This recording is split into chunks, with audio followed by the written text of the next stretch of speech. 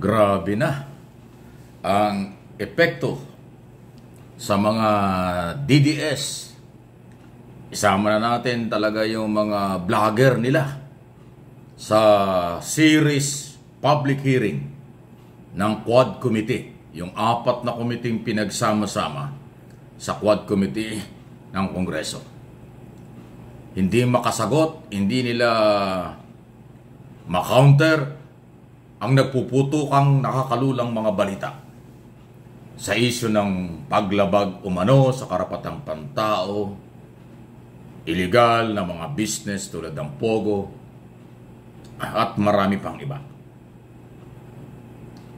Pati na rin ang mga crime na hindi natin inaasahan na nangyari sa kulungan sa Davao Region, insidente ng human rights violation sa pagkawala ng retired general, abogado at board secretary ng PCSO under former general manager Garma at marami pang iba.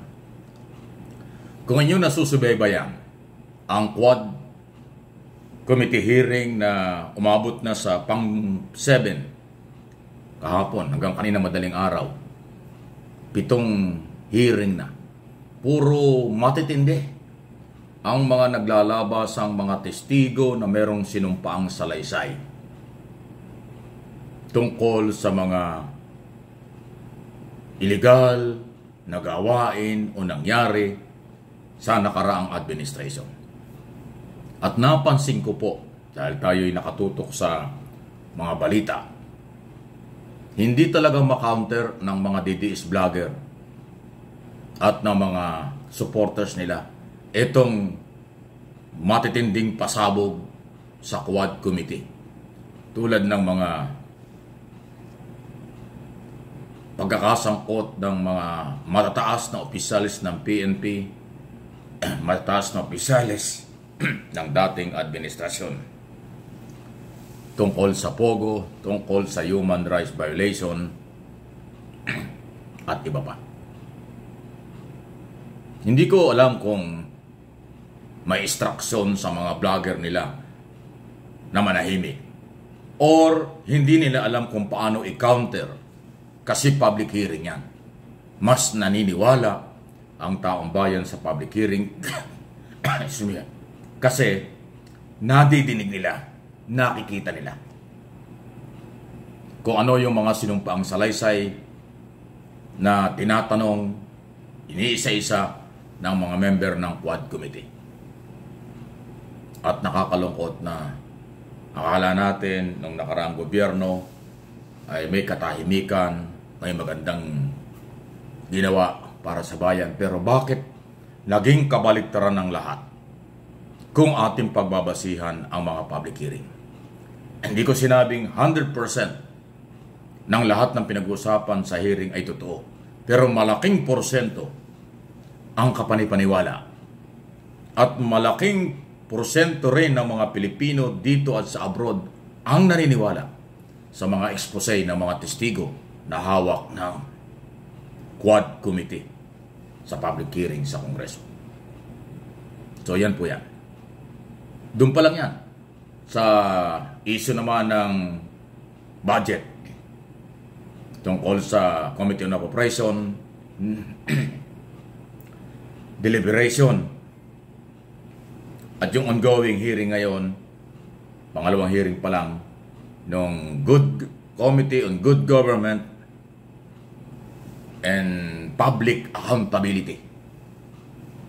Diyan naman ay na-expose sa mga issue pa rin sa Confidential Intelligence Fund ng Office of the Vice President at Office ng Department of Education nung ito'y hawak pa ni Vice President Sara Duterte. So ang lahat ng yan, minapansin ba kayo na may tumutok na mga vlogger dyan, na mga DDS? Wala.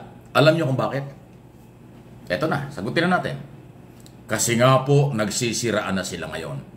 Nagsisisihan sila. Nagkanya-kanya na sila. Hindi na sila organized. Posibleng wala ng financer posibleng nag-away sila dahil sa pera, posibleng nagkanya-kanya na sila. Kaya wala na ngayong lehitimo na nagtatanggol.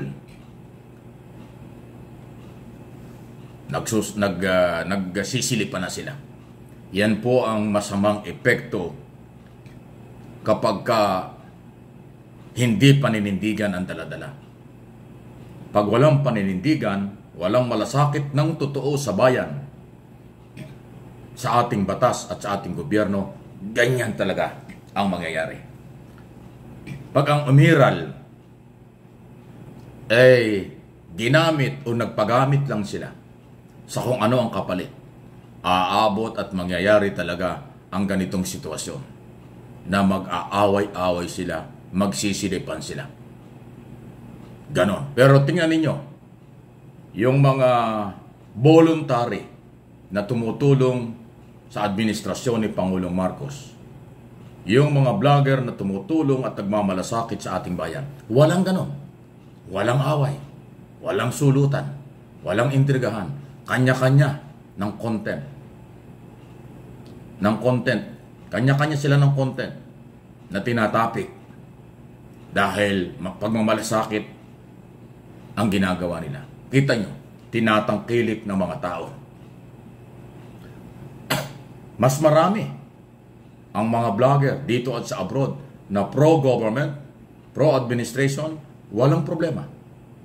Yung kakaunti na mga vlogger ng mga Duterte o ng anti-Marcos, nagkahiwa-hiwalay na. At least, more or less, meron kayong idea. Pag prinsipyo, katotohanan, malasakit ng totoo ang daladala, walang away. Kasi lahat yan sakripisyo. Pero pag ang galawan, may financer, may writer, may director, hindi nagtatagal yan. Mag-aaway-away talaga. Ayan ang malaking pagkakaiba. At dahil dyan, ang aking pong mga channel, MA Pinoy TV, Mike Abby Opinions, ay katulad din po ng maraming mga vlogger na nagsasakripisyo, voluntary, walang financer, walang director, walang producer, okay?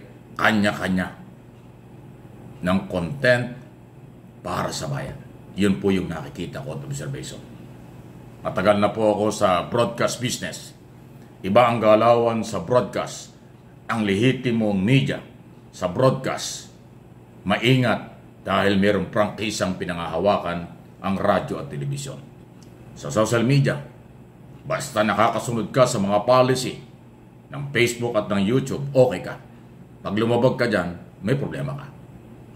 Pero kapag ka malasakit, sumusunod sa batas, at nagmamahal sa gobyerno at sa mga tao, patok ka, alang problema sa YouTube yan at Facebook. Hindi ba?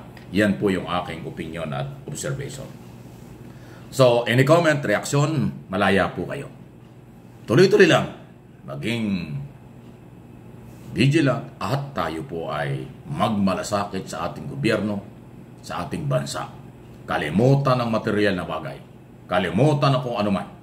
Ang mahalaga, magtulungan, magsakripisyo para sa mamamayang Pilipino dito at sa abroad. Yan po ang ating sinasabi.